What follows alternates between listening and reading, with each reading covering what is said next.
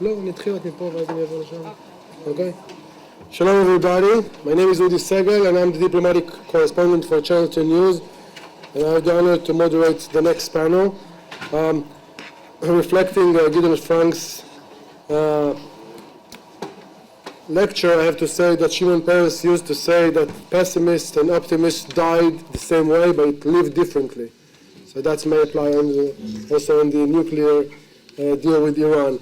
1 year after it seems that the nuclear threat to Israel, if I may use John Kerry's words, poof, had disappeared from the news here in Israel. Is it the new reality? Is it only a timeout in a very dangerous game? Or is it the news cycle that always crave for a new story? Or maybe all the three of the above? In Israel we have an item that said the enemy of importance is urgent. We will speak today about the challenges of the agreement posed for Israel and consider other aspects, even that whether it presents Israel and some Arabs said with the potential benefits, Israel may gain certain advantage with the agreement that stops Iran at the threshold in order to get ready for the next round against Iran if it needed. Also, the immediacy of the threat of a nuclear attack against Israel was somehow reduced, together with the public fear of living in the shadow of a nuclear bomb. In turn, Israel needs to maintain a high level of operational readiness for throwing around nuclear capability can be lowered somehow, and especially to preserve and to deploy a strategy for the time in between, the 9 years that the optimist is saying and the 5 years that the pessimist think it will happen, that if Iran will get a sneak through or a breakthrough. I want to present the ladies in the panels. Ms. Kelsey Davenport, the Arms Control Association, Washington, D.C. Ms. Kelsey Davenport is the director for non-proliferation policy at the Arms Control Associations.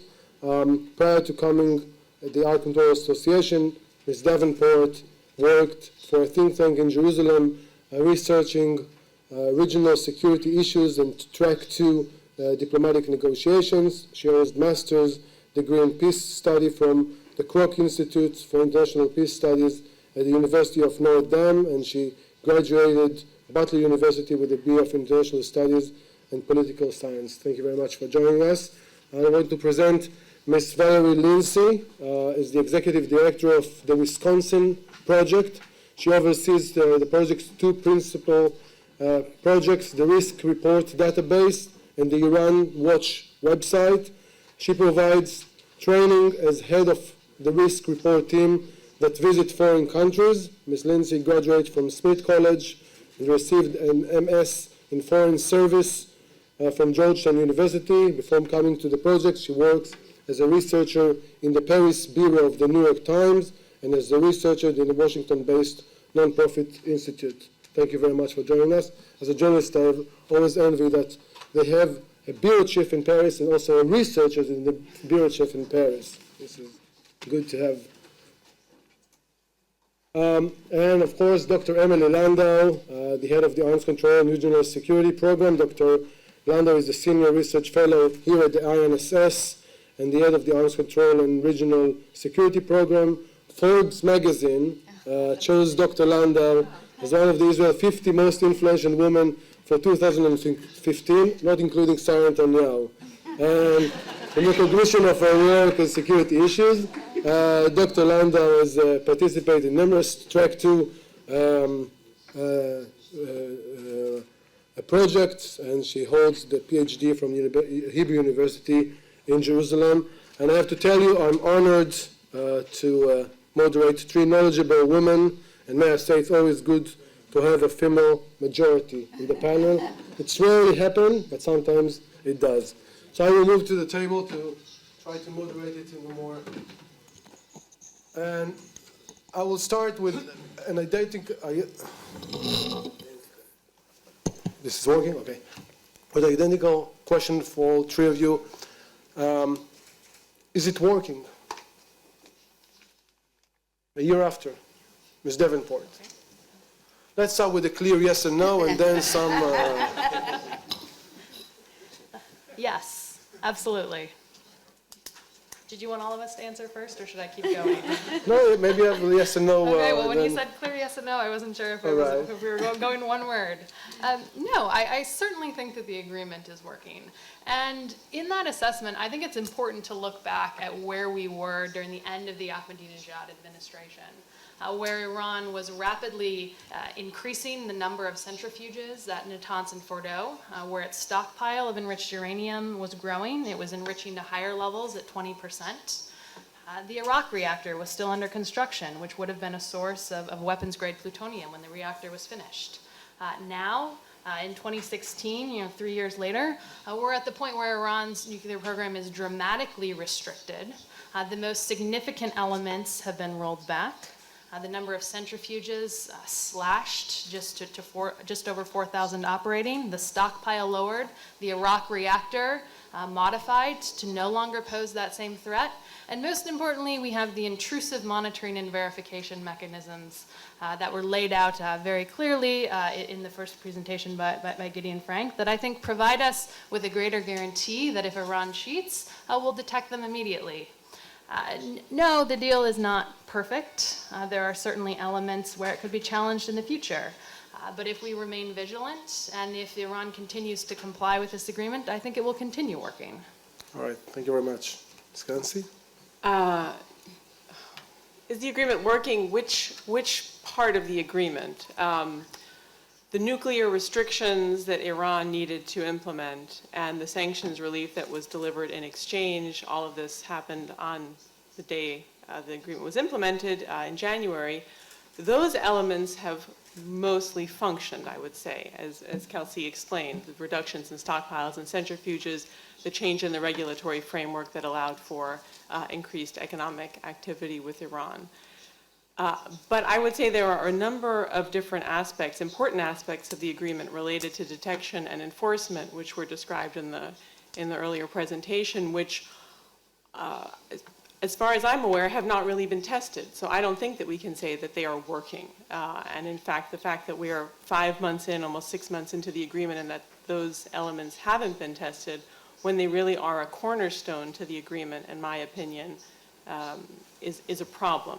So I would say, yes, some parts of the agreement are working, the parts that tend to get a lot of attention in the newspapers, but other parts of the agreement that we consider to be quite important for enforcement and for detection, also the procurement channel, and these elements really haven't been tested, so there's no way to say, yes, those are working. Dr. Landau? Yeah. Look, I would say that Iran was at the table in order to get sanctions lifted. That's the reason that they came to this negotiation in a more serious manner than we had seen since 2003. 2012, the biting sanctions were finally put in place. It took 9 years for the international community to get those sanctions in place. And in 2013, Iran was hurting, and they came back to the table in order to get sanctions lifted. They agreed to minimal nuclear concessions, and therefore the fact that they're complying with the nuclear aspects is not a surprise. They need to do that in order to get the economic sanctions relief that they were looking for in the first place. So in that sense, yes, they are more or less upholding the deal. However, there are serious weaknesses in the deal. I'm not going to go through them, but I think they're quite well known. I just say that the major weakness is the fact that this deal has an expiration date.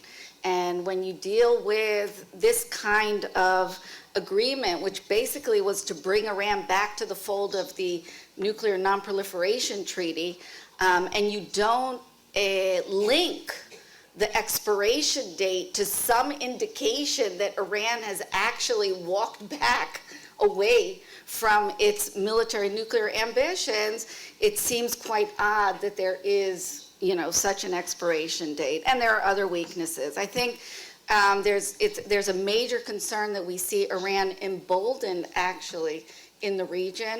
We see Iran testing the will of the international community through its ballistic missile tests, through its activities in Syria. We see the Iranian behavior towards the United States, the rhetoric, could not be stronger, I would say, from the direction of the Supreme Leader. And I think that ultimately, and this goes very much in line with what Guido Frank said, you know, the test will be the political will of the international community to confront Iran and to hold it to its commitments.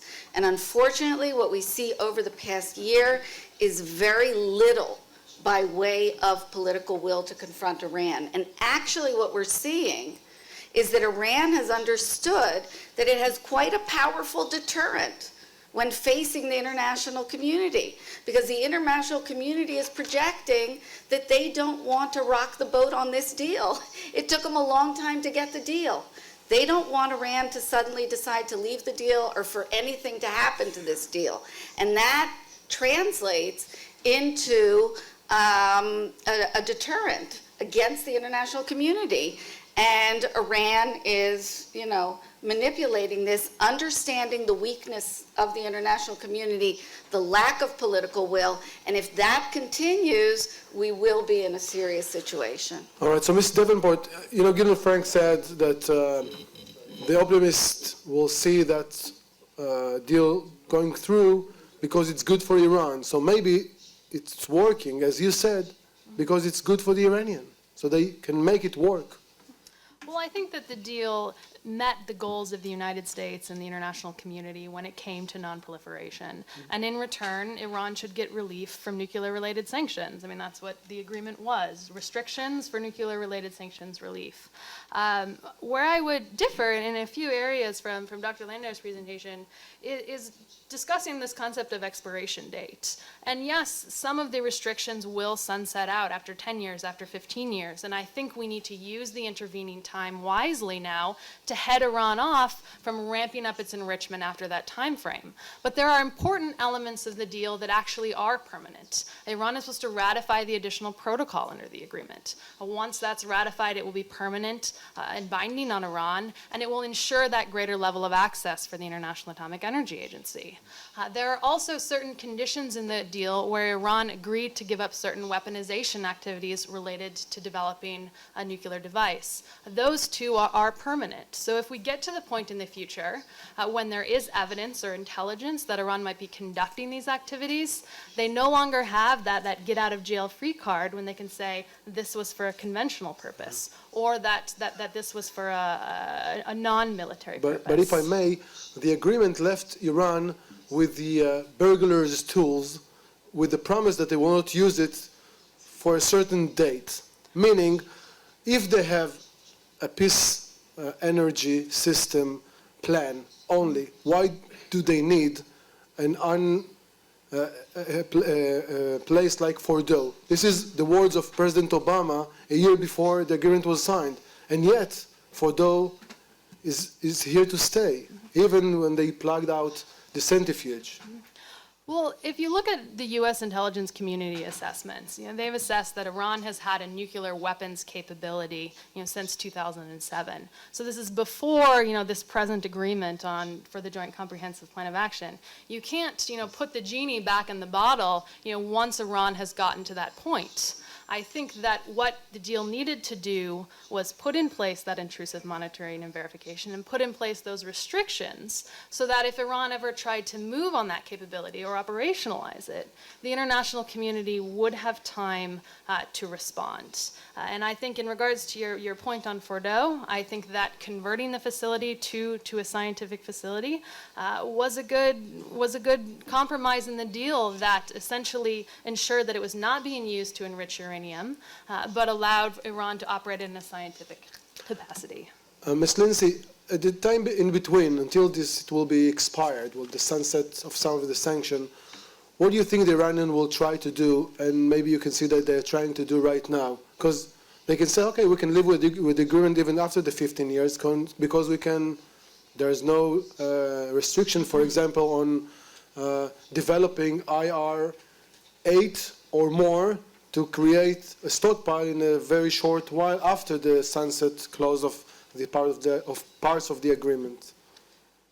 Yeah, I would say that I would disagree with Kelsey. I think that there's very little in this agreement that remains in place permanently that really matters.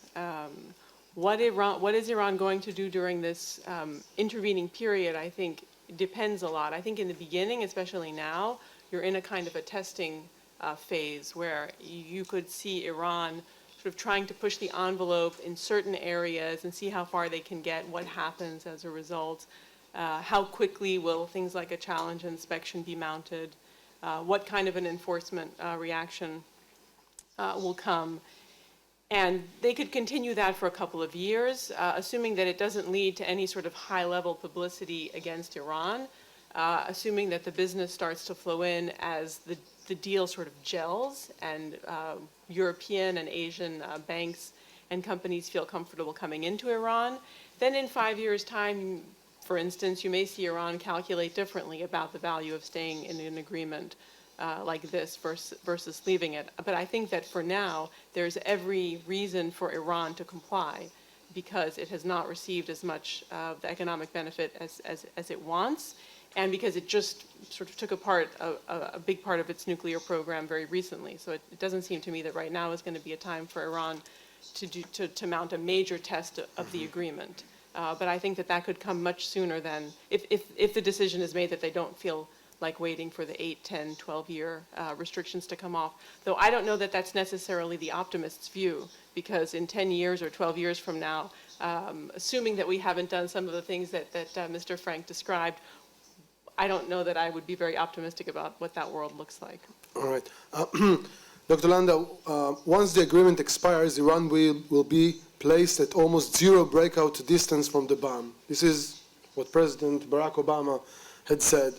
What is the best strategy to prevent Iran from breaking out towards a nuclear weapon in 10 and 15 years? Well, this is a scenario that I think should concern us very, very much. I don't have a good answer for that because I think that the international community will be in a worse position as far as its ability to stop Iran.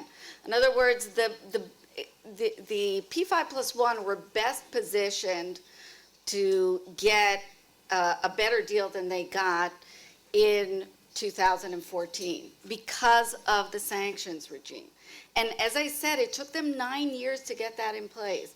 It is not easy for the international community to agree upon these kind of sanctions and to keep them for the long term. So they had the leverage, and that was the time to get the better deal. I mean, think about what the world is going to be like vis-a-vis this issue in 10 to 15 years. Iran will say, these restrictions have been lifted. You said that when this happened, the P5+1 said when this happens, we will go back to being a regular member of the NPT. Now, because this expiration date is not linked to indication that Iran has backed away from its military ambitions, the international community will be in a very weak position to confront Iran. And that is the reality that we must understand and realize that we could very well be confronting a situation where Iran moving to a nuclear weapons capability, if indeed it decides to do that, and nobody knows, if and when it will decide to do that, the international community will then be powerless to stop it. So it's a missed opportunity, period? Or No, you can Look, change the agreement or I change think- the policy in order to fix some of the flaws of the agreement? I would say, as I said before, the key is the political will of the international community, what the international community projects to Iran right now. But when we see things that have been happening lately, for example, Iran complains that it hasn't gotten the full economic benefits from the deal that they hope to gain. Not that the P5+1 didn't uphold their commitment, but they expected to get more. Now, in response to this, what Iran hears is not, sorry, this is what you were going to get from the deal, and if you didn't get more, it might have something to do with your behavior. We did hear President Obama say something along those lines, but not very strongly, not, in a loud voice and in a determined way. And at the same time, we saw Secretary of State Kerry say, meeting with Zarif, trying to calm down the situation, and then going to Europe to try to convince companies and states that they can go back to deals with Iran. So that's, telling Iran, when you complain, we're not going to confront you with determination.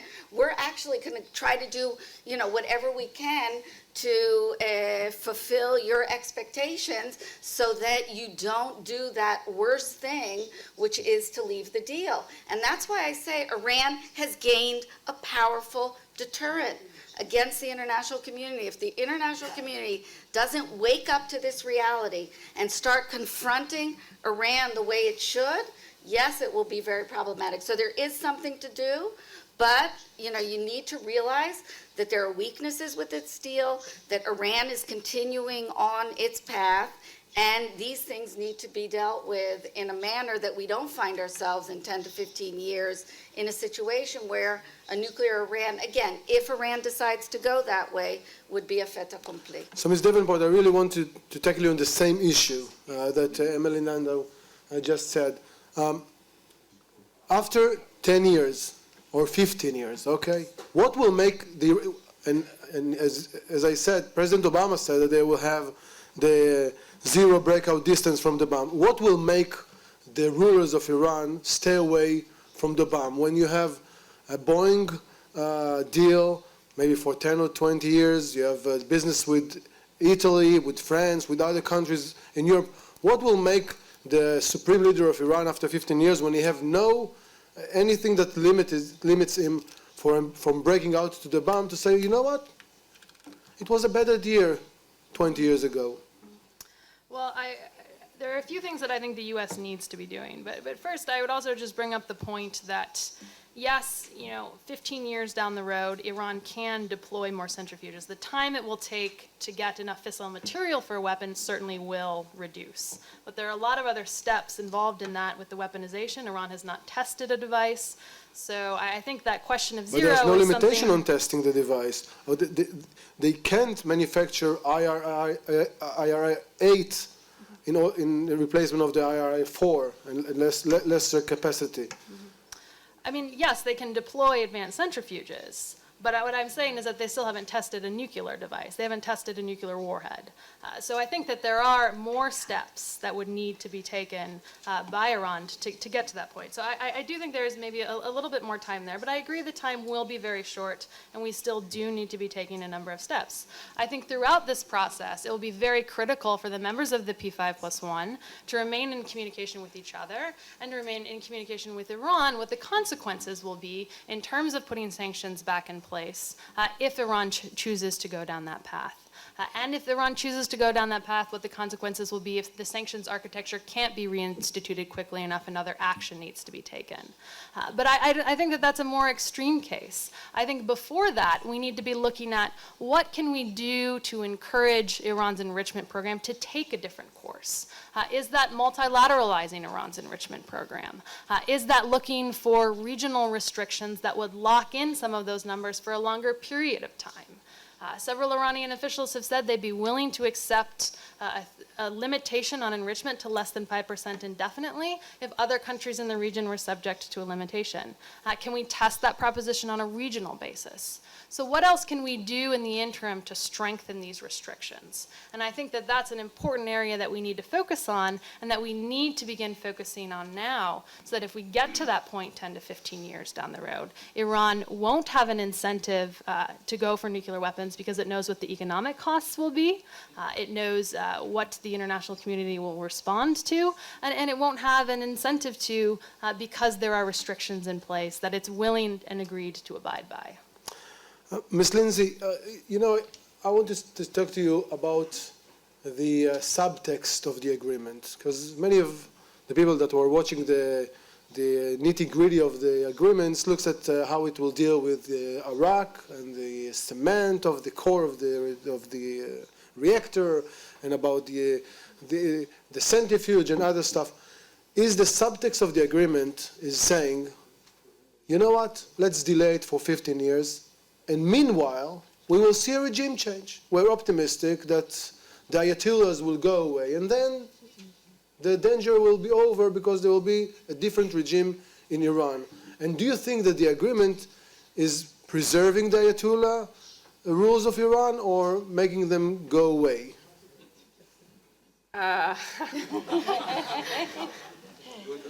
Thank you.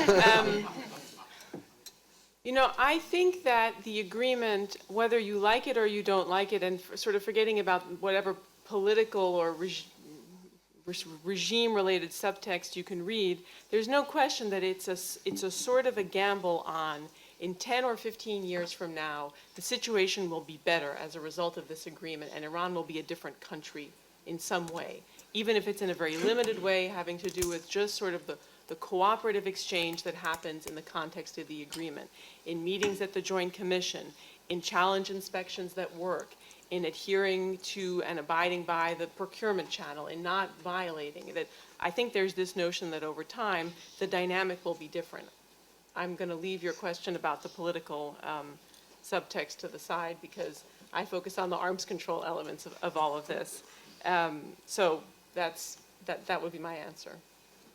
Dr. Landau, maybe you can be more generous with the assumption of my question. I'll make it even clearer. I'll be the president advocate for a second. He will say, consider the alternative. This is the best deal we can have with Iran. And I made them signed on some kind of restriction on their nuclear deal or their nuclear plan. And I'm optimistic that in 10 and 15 years' time, something will change in Iran. And if it doesn't, then I will have the same tools that I have now to explore other possibilities and other options on the table. But you have something very specific that has been awarded through this agreement, which is the acknowledgement of Iran's enrichment program as peaceful and legitimate. And I think that that's something that will never be taken away from Iran. And that, to me, is one of the most significant and dangerous parts of the agreement. Look, I think there was an underlying message that was coming from the United States that was along these lines. We heard hints of it. So after Rouhani was elected president, when Obama spoke at the UN General Assembly, he said, I think with the election of this new president in Iran, perhaps this will enable better negotiations with Iran. What was he actually saying? Things are moving in the direction of moderation, and this is opening up prospects for better negotiations. Afterwards, during the negotiations and ahead of the announcement of the deal, there were these messages that were being sort of wrapped up in the package of the deal that were hinting that the deal itself could actually lead even to further moderation in Iran, that Iran would understand that there are benefits to working with the international community and not against it, that they get economic benefits from this. And this, together with the new so-called moderate president in Iran, and remember how the latest elections were interpreted. There were a lot of people trying to say this was an indication of strengthening of the moderate forces in Iran. So I think all of this, and by the way, the new, the speaker of the Majlis that was reelected is not exactly a moderate. Larijani is a conservative, and the head of the Assembly of Experts is a very hardline conservative, and they will have the job of choosing the next supreme leader. So I think there was this sense that, wrapped up with the deal is the expectation that this can actually happen, that there will be a change. I will say, if there actually was regime change in Iran, yes, that would be good news, and it would put all of this in a different context and a different light. Yes, in 15 years, it could happen that there is regime change and that will be the case. However, when we deal with nuclear issues that are so serious, you cannot bargain on that when you're reaching this deal. And as Valerie said, this deal does legitimize Iran's enrichment program. This deal legitimizes Iran's threshold a nuclear situation. So, All right. I want to ask you all three as an arms control expert. What is the lesson that we can learn from the Iran deal? Because John Bolton yesterday said here in Jerusalem that the Iran lesson was very clear. If you insist against the United States and you know that they will not put any harsh measurement on you and you will not use force, if you wait enough and you are persistent enough, finally the United States will surrender. Is this the lessons for the arms control? Because the international community had said to Iran for many years, you're a violator, we have resolutions against you, and after a while, the P5+1 negotiated on the same terms and let the Iranian nuclear program to be legitimate, as Ms. Lincy said. Well, I disagree with the premise that the situation that the U.S. surrendered in this situation. I think what this agreement shows, in part, is the value of preserving and strengthening the Nuclear Non-Proliferation Treaty where we can. Iran could have left the treaty multiple times. It could have left like North Korea and pursued a nuclear weapons program. It ultimately chose not to. I think that shows the interest of Iran in remaining inside of the regime. It demonstrates also that the international community is committed where it can to preserving the NPT. And it shows that the United States was unified with the international community in stopping Iran from getting a nuclear weapon. It shows that the United States, the European Union, Russia, and China can work together to achieve that kind of strategic objective. And I think that going forward, it demonstrates that if other countries choose to go down this path, they will be met by similarly firm resistance. But isn't the lesson for rough state is if you cheat long enough, at the end of it, you will get an agreement? No, I think it demonstrates that if you are willing to enter into negotiations, if you are willing to compromise, that eventually you will reach an agreement that allows both sides to meet their ultimate objectives. It will put off a military confrontation, and ultimately it will strengthen the international community. Ms. Lincy. I don't think this deal strengthens the NPT. I think that this deal weakens the NPT pretty significantly. But I also don't agree with John Bolton. Yeah. So. All right. Maybe it was a mistake to quote him, right? I think that, there are, as a practical matter, the agreement exists now.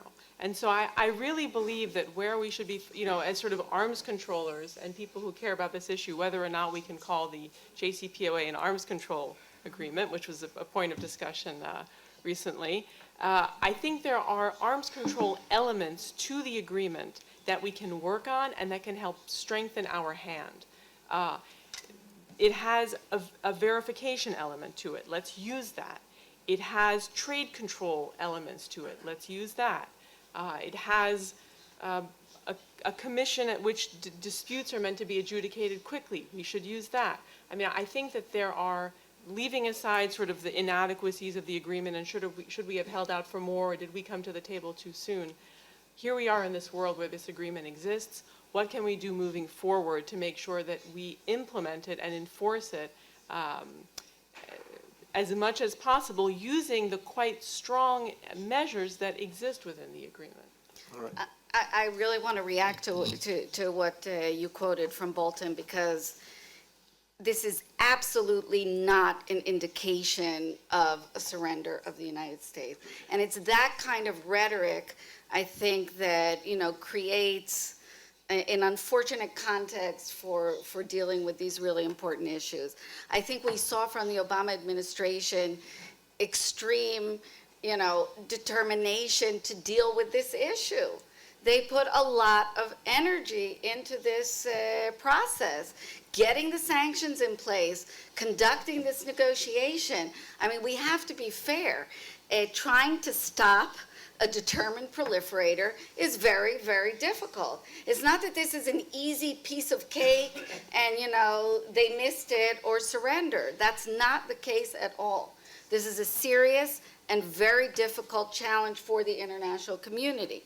I think, however, that the sad part of the final stretch was after they put this sanctions architecture in place, which was so hard, and it was so, commendable that the countries that the European Union went for the oil embargo. Amazing. The United States, the financial sanctions, cutting Iran off of SWIFT. All of this was truly amazing in terms of putting the right pressure on Iran. I think where things went wrong or could have been done better is really at the negotiation table, understanding maybe better how Iran had been conducting itself vis-a-vis the international community since 2003, understanding the tricks they play and, the way they try to gain leverage in this kind of negotiation, and better using the leverage that the P5+1 had worked so hard to create. And I think, maybe doing a little better at the negotiating table, understanding that they're not in some kind of give and take negotiation moving towards a shared goal. There was no shared goal, there never was. This is a hard bargain, it's a game of compellence, and that's the way it needed to be played. And I think if they had played it that way, they probably could have gotten a better deal. They were well positioned to do so. All right, I will ask a couple more questions, and then I will open the floor for you, the audience, to ask our experts. So I want to ask you, following Dr. Landau's last remark, maybe you would have a better deal if the United States would have the attention to use force as an option. I think that the Obama administration left open the option to use force. I think that they made that clear. Personally, I do not think that the use of force would have resulted in a better outcome. I think that if there had been a strike of some kind on Iran's nuclear facilities, it could have led Iran to leave the NPT and openly pursue nuclear weapons. And I think ultimately that would have led us in a worst case scenario. I think that, and I think also looking at the timing, that there was a real question of whether or not sanctions pressure could be ratcheted up more versus whether Iran could ratchet up its nuclear program more quickly. And I think that they could have moved quicker than the sanctions regime. So I think this idea of continuing the sanctions pressure with the threat of military force to hold out would have certainly been a risk.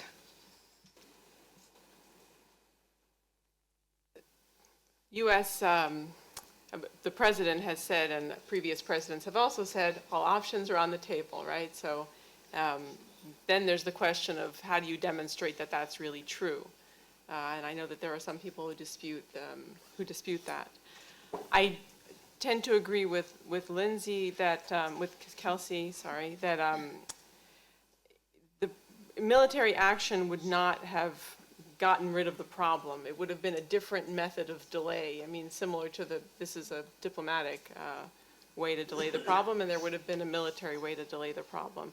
But I also object to what the sort of the direction in which the debate took, which is that you had the choice, people who were against the deal were in favor of a war. And I don't think that those were the two choices that we were faced with. I think that was really a tactic used by proponents of the agreement, frankly. Yeah. May I add that we heard perfectly clear Ben Rhodes speaking about the media strategy of making this deal coming into action in the United States. There were never have been from the Israeli side a demand or even a saying, let's attack Iran. Even Netanyahu, that said it was a bad deal, said you could do better deal and not. But I also, something to think about in the 10, 15-year timeline is that if you are looking at the credible, if there were to be a problem and the agreement or any sort of relationship breaks down and you're looking towards some kind of military action to deal with the program, you could be looking in 10 or 15 years in terms of the ability to use military action to seriously set back the program, it could be much more difficult to the extent that the program has expanded. Dr. Landau? Military force? Yes.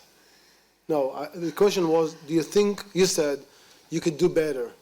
Do you think that part of the reason it wasn't better was the fact that the military advisor to the supreme leader in Iran told him, you know, the president's speaking about all options on the table, but he has no intent to attack Iran in any case? Well, look, I think that's quite, I mean, what worked vis-a-vis Iran in terms of the negotiation was pressure. And when we think, what do we mean when we say pressuring Iran? It's sanctions, it's threats of military force, and it's actual use of military force. Now, the problem is that threats of military force get a little bit confused with actual intent to use military force. A credible threat can be very effective as a lever of pressure. But when there is a credible threat and some think that that's actual preparations for attack and they get scared and sort of undermine that message, then you lose the potential effect of the pressure of the threat of attack. I mean, it's, you know, the basic goal of deterrence is to threaten something, but you don't actually want to do it. You want the other side to think you're going to do it. And not have to do it. And what we saw over the years was that the threat of military force, yes, President Obama said all the time all options are on the table, but as time went on, I think everybody started getting the sense that all options were not really on the table. And then when you heard others in the administration say, but another war in the Middle East would be a disaster, obviously they were undermining their own threat of military force. So I think that lever of pressure, the threat, I mean, not actual use, was lost because there was a problem there with, and it's very delicate statecraft. Again, just like I said, stopping a determined proliferator, getting that message across without getting people scared that you might be actually preparing to use military force is a very difficult balancing act. And so we have to take that into account as well. In a few months' time, there will be a new president in the United States, and I would like to ask you, who will it be? What Israel should do. I will give you an answer in a minute. What Israel should do in the meantime in order that she will do, that she or he will do different or do a different action or diplomatic maneuvers regarding this agreement to make it better. I will start with you, Dr. Landau. So wait, I thought I was going to do the Israel thing. Yeah. Yeah, the Israel thing. What Israel should do in order to persuade the next president that she will act in a way that there will be a better deal on the Iranian issue regarding the fact that there is a deal with the P5+1 and you don't have a lot of maneuvering. Well, look, I think Israel should be making every effort to speak with the current U.S. administration and the next U.S. administration about a whole host of issues that have to do with this deal and implementing this deal. I think one of Israel's challenges is to get things back on track with the United States. All of the things that happened last summer are not good. I know exactly what you did last summer. And that needs to change, and I think it's Israel's challenge to do what it can to get things back on track, not just with the next administration, but also with the current administration, albeit not too much time left. Israel has other challenges in preparing for the next 10 to 15 years, but certainly close conversations with U.S. administrations about these issues, about, you know, the decisions that need to be made. Let's say Iran does do a violation. There's a whole string of decisions that need to be made from the point of detection to the point that something's done. Right now, we don't know what the answers to that string of decisions will be. That's, for example, one issue that I think Israel should be discussing with the U.S. Right. Ms. Lincy? I think it's important for, we haven't really spoken about this, but there are areas, obviously, of Iranian action outside of the agreement that are a problem. And I think that there has been a tendency, and it may continue, de-emphasize those areas in the U.S. So I think to the extent possible that Israel sort of press on these issues, ballistic missiles, supporting proxies in the area, conventional arms imports and exports. I mean, I think all of these things are quite important and speak to sort of Iran's role and how it evolves. Ms. Davenport? Yeah. Well, I think that, Dr. Landau made an excellent point about ensuring that there's conversation about what will happen in the event of a violation and what the responses are. I think another area where Israel, particularly given its role in the Middle East, can be extremely helpful is in ensuring that Iran's nuclear program remains under a microscope. The very important intelligence gathering work, I think, will continue to be important, because my biggest concern about this agreement falling apart is complacency, that we won't ensure vigilant implementation. And I think that complementing the monitoring and verification in the regime with intelligence is going to be critical. All right, thank you very much. That was my part. Now it's your turn. And if you have any questions, I will be happy to hear some of them. Yes, over there. Just a second. Yes. Yes. You. Yes. Surprised nobody here really talked a lot about Russia and China. So let's say for Emily Landau, for yourself, or for the critics of the deal, wouldn't you say that people a little bit underplayed that Russia and China were looking to get out and that the sanctions really couldn't go on for so long? Kelsey, Davenport, wouldn't you say that yourself or supporters of the deal maybe underplay that Russia and China, now that they're dealing not with Ahmadinejad, who embarrassed them, that they really don't want to go back to sanctions, and they're not going to want to enforce almost any violation unless it's like super duper smoking time. And Valerie, Lincy, I'm happy to hear you. It's harder to put you on one side or the other, but I'm happy to hear what you have to say about it. One question is enough. It's okay. You had two. Russia, no. Russia and China, basically, All right. for everybody. Thank you very much. You want to do each question? Okay. What you directed to me, look, the really biting sanctions were done outside the context of the Security Council.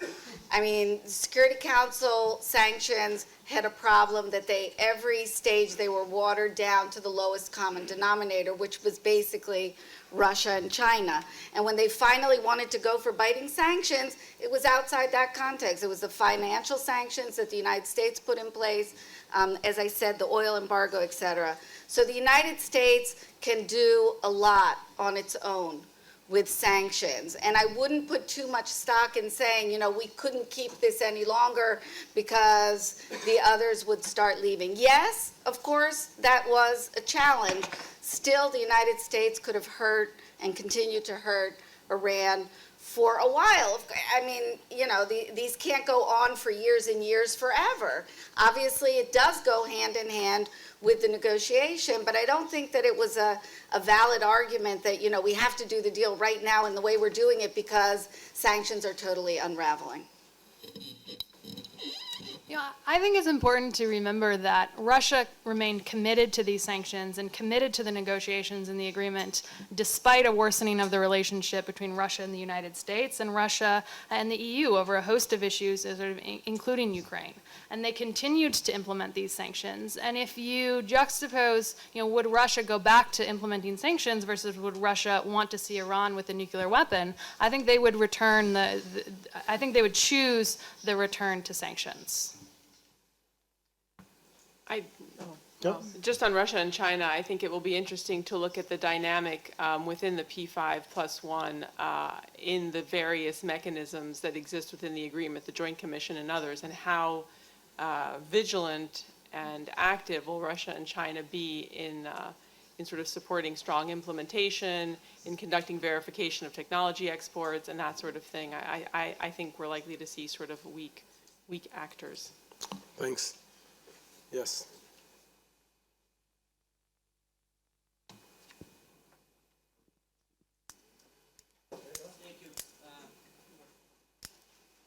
Thank you. First one with the microphone. Thank you very much.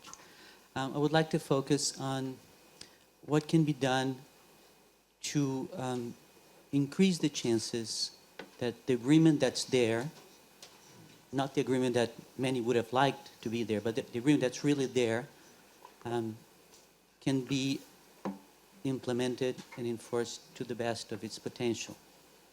And in that regard, I think it was Ms. Davenport who mentioned that at some point Iranian officials expressed openness to considering some sort of regional mechanism for monitoring and verification. And so my question is there any precedent, my first question, is there any precedent of this kind of mechanism involving countries that are on the brink of breakout of producing nuclear weapons, having ever established mutual verification and monitoring? And if so, what would be the chances, in your opinion, that this kind of thing could work in this region? Thank you. Well, I think the most immediate example that comes to mind is the agreement between Brazil and Argentina, where they conduct inspections of one another's facilities that both sides claim go beyond what is required by the International Atomic Energy Agency, even under the additional protocol. I don't think that we will be to the point where we will see Saudi inspectors inside of Iran inspecting their facilities anytime soon. But I think it might be worth looking at other areas where it might be possible to multilateralize Iran's enrichment facilities. That would create buy-in from others in the region. It would prevent Iran's monopoly over the technology. I think that might be an area worth exploring. I think also, an element of the deal that we need to pay more attention to is the part where the International Atomic Energy Agency is allowed to introduce new technologies for monitoring and verification as they develop. And I think really taking a look at where we might be able to improve those types of technologies and then deploy them in Iran would also be a way to provide further confidence. Yes. Just a moment. I would like to ask your assessment about the possibility that Iran will use North Korea as a test bed for continuing their military nuclear effort. Thank you. Let me answer that. We know that Iran and North Korea have cooperated in the non-conventional realm, that's clear. In the missile realm, that's clear. And there are also indications that there have been some types of cooperation that touch upon the nuclear realm as well in the past. And now there's a question whether there are things that are ongoing. I think with what we know about North Korea and what we know about Iran, the possible connections and cooperations is something that should be monitored very, very closely. Iran will share its technologies, know-how, components with anyone that pays hard cash. I mean, this is what we've seen in North Korea. Iran could very well have an interest in, exporting some part of its nuclear program to be in North Korea. I mean, that could make sense in terms of its strategic thinking. I'm just raising hypotheticals here. I'm not saying that this is a situation, but when we think about these issues, we have to use our strategic logic and think what would make sense for these actors. Of course, North Korea was the one that constructed the reactor in Syria. So these connections are there, and they need to be monitored very closely. I'm a little concerned that we don't hear enough about possible connections with North Korea. All right, so just to end our session, just a very quick answer from the three of you. What do you think this deal is doing to the nuclear-armed race in the Middle East?